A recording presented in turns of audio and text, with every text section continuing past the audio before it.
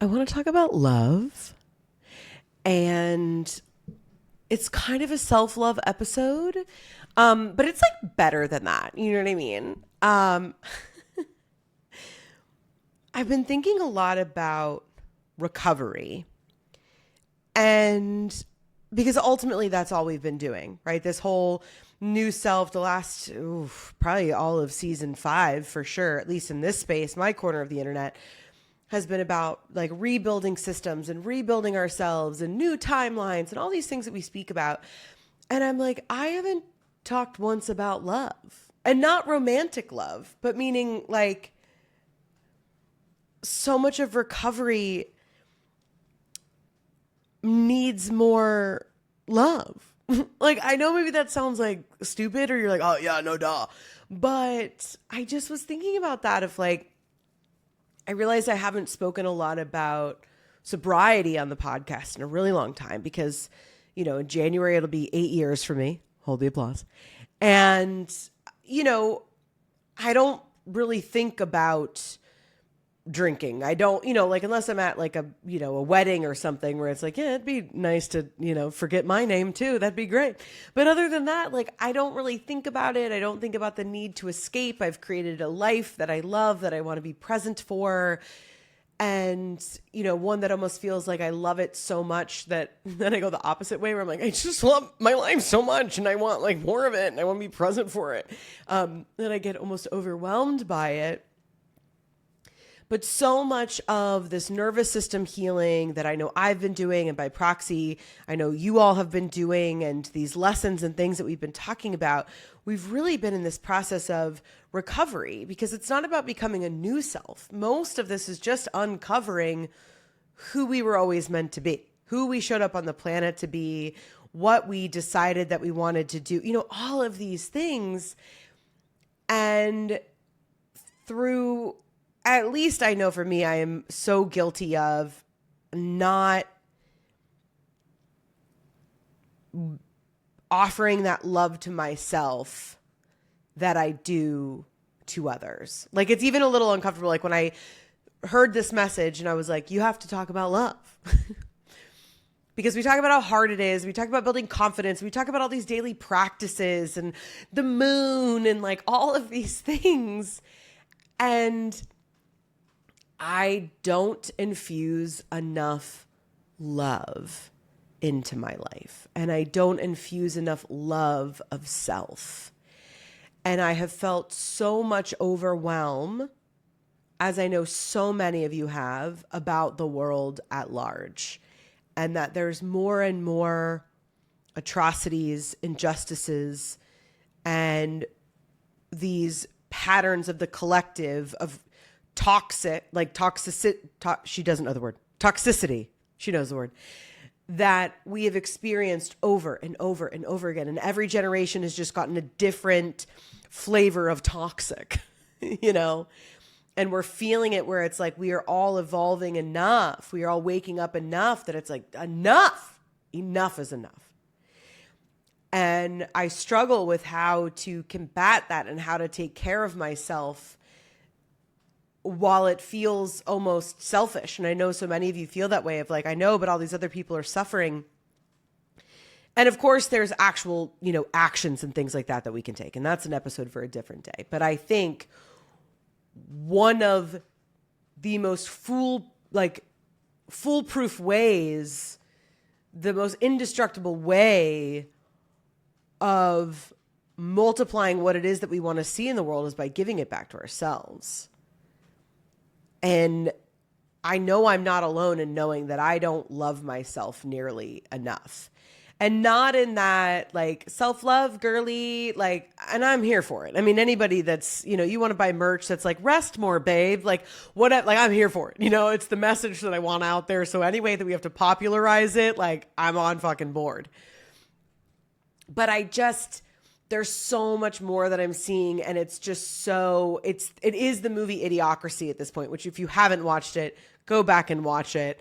It's like a self-fulfilling prophecy, but that is our experience. I mean, we are just Your body's not enough. Your looks aren't enough. You're aging. You look old. Fix this. Don't do this.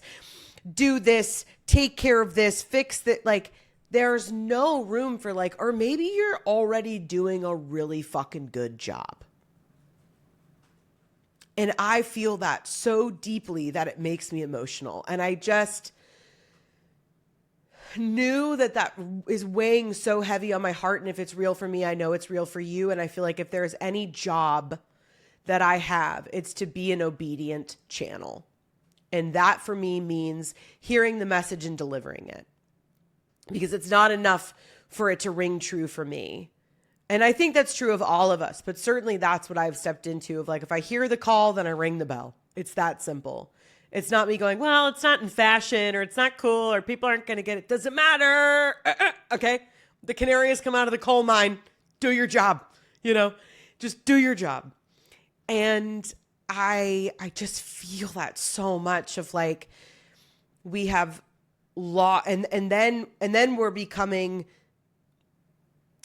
not even a victim to it, but a participant where it's like, oh my gosh, can you believe this is happening? And like, just we're then getting swept up in it.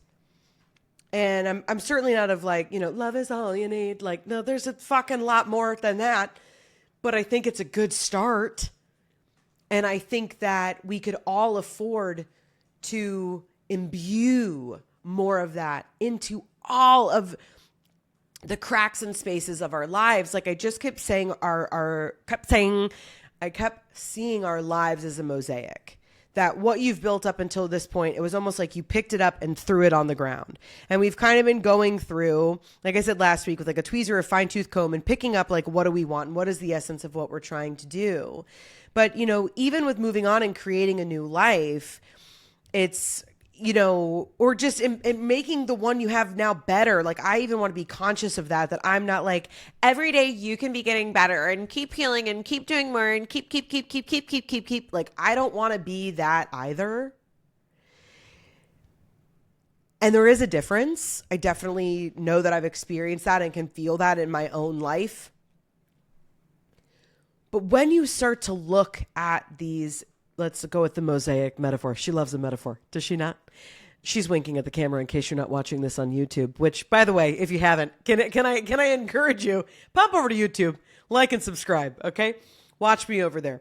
When you're looking at this mosaic of the pieces that are your life and you're trying to put things back together, like I cannot believe I'm going to say this, but here it goes. Can you let love be the mortar? Can you let love be the mortar that holds the things that you want together? Because you've been trying to hold them together by force. You've been trying to hold them together by money. You've been trying to hold them together by self-acceptance. You've been trying to hold them together by all of these different things. And I feel like the divine universe, God, your ancestors, however you define, there is this huge energetic call to like, can you just love on it? And in fact, like we feel like love is so hard, but that's because when we were taught to not love ourselves, whether that was by seeing others or when we were hurt when we were kids or any of those things, or we went through heartbreak, it's like as we go along, the thing that we are our most, using the word of the week, essence, like when we are our most pure, it's just love. And in fact, it is the easiest thing to do. And what's made our lives so hard, what's made our transition so hard, what has made going after what we want, being who we are, what has made that so hard is our fear of just truly loving ourselves and loving where we're at and loving that we've made it this far and that a lot of the people in our life are imperfect. And of course, we wish that they would show up a different way or do a different thing. And there's so much of this, like, you do it my way or you don't do it, or you're in my life or you're not in my life. And of course, there's places where that's appropriate, but on a whole, can you just let love be the mortar? I feel like I am so hard on myself that I have to figure out and that it has to be right. And that's why it's not working. And that's why it's not It's like, or you're doing like a really fucking great job. Like, if you have kids and you're doing anything else right now, you're doing a really fucking good job.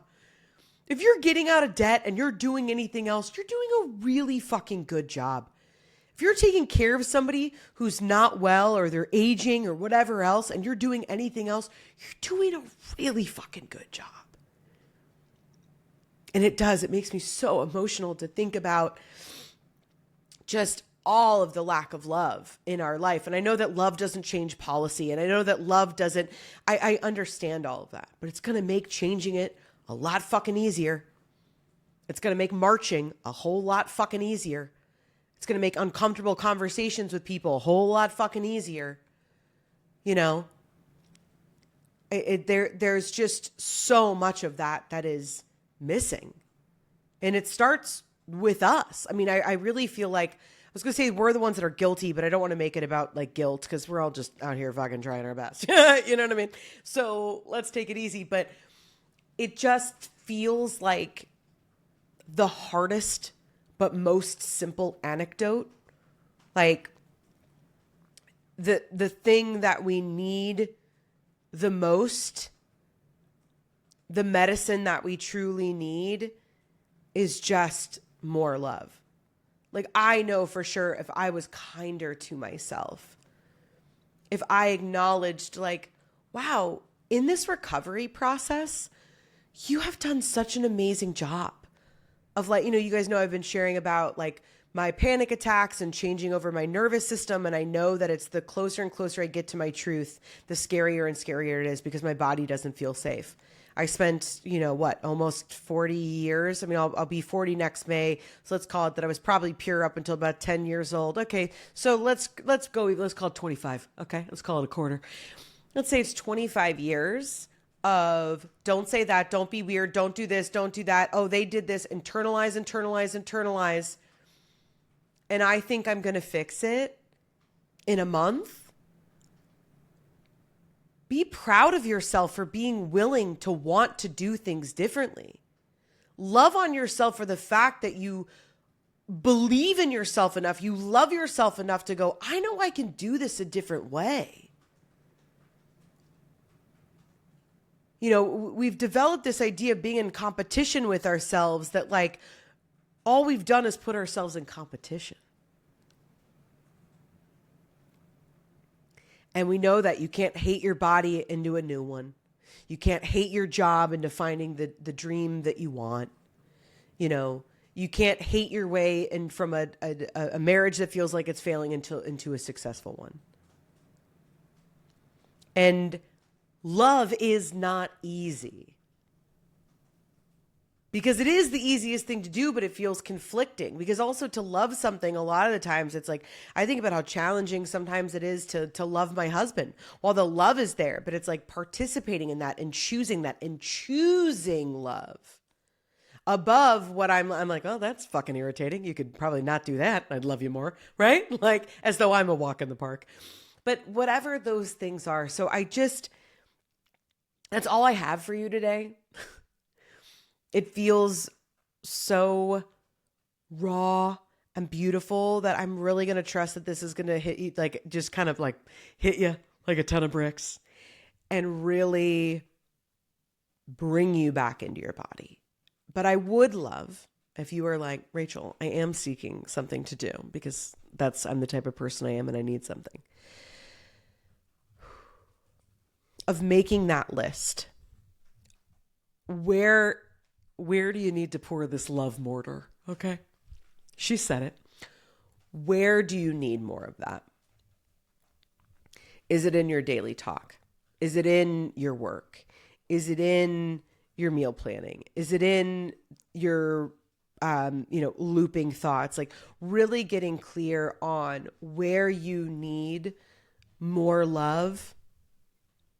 You know, we've all seen those, viral memes or reels where it was like, this was a plant that we only said kind words to and look how much it grew. This was one where we were mean to it and look at it and it died. Like we already know this. We know that the energy of love is one of the most effective. We already know this. So where can we call more back of it into our lives? And this isn't, again, we're like, now I don't want to send you on another practice where you're like, okay, don't forget, Rachel said love. I need to put more love, but just that lightness, that levity, that hand on the heart. You're doing a really good job. It's really hard to be in recovery from things that were really difficult. And being willing to do any of that in the absolute hailscape. Hail? Well, it does feel like it's hailing.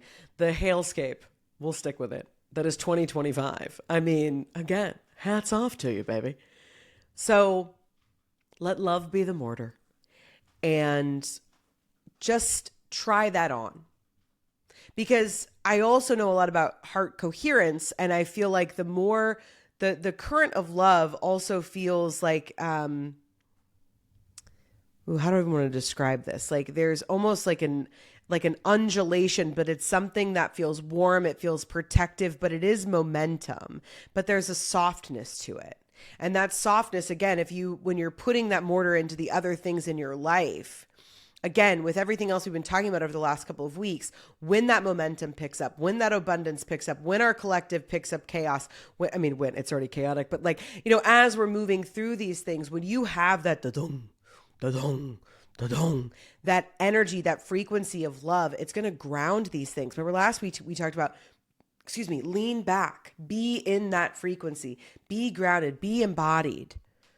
And this is a great way that when you go, and you come out of your body and you get too overwhelmed and then you're like, oh, I got to beat myself up now because I didn't do it fucking perfect. Can you sit back, put your hands on your heart? You're doing a really good job. Okay. That's all I got. That felt so real to me. And like when it came through for me, I'm like, oh God, it's not really fun or sexy, but it is just the number one thing I think we need right now. And I think it's also a really like kind of like fall message, it feels like hygge, it feels like cozy, lighting and blankets and warmth. And so just allowing yourself to envelop in that frequency as you're moving through, I think I know is going to be the most supportive. And what we need is, and this is not that you have to do things or that it's your call to fix the earth. That's not what I'm saying. But we do need you. And we do need your light. And we do need your work. And we do need your voice. And we do need your family. And we do need you well rested. Not so that you can go out and save the world for everybody else. But when you light up, other people notice. When you show up with your work, other people notice. And people say, what is the purpose of life? Personally, I think that's the purpose. It's for us to learn the lesson and then go out to the group and teach them what we've learned. We are a human museum. Anything that you want to learn, you can learn from somebody else around you, right? Even if that's what not to do.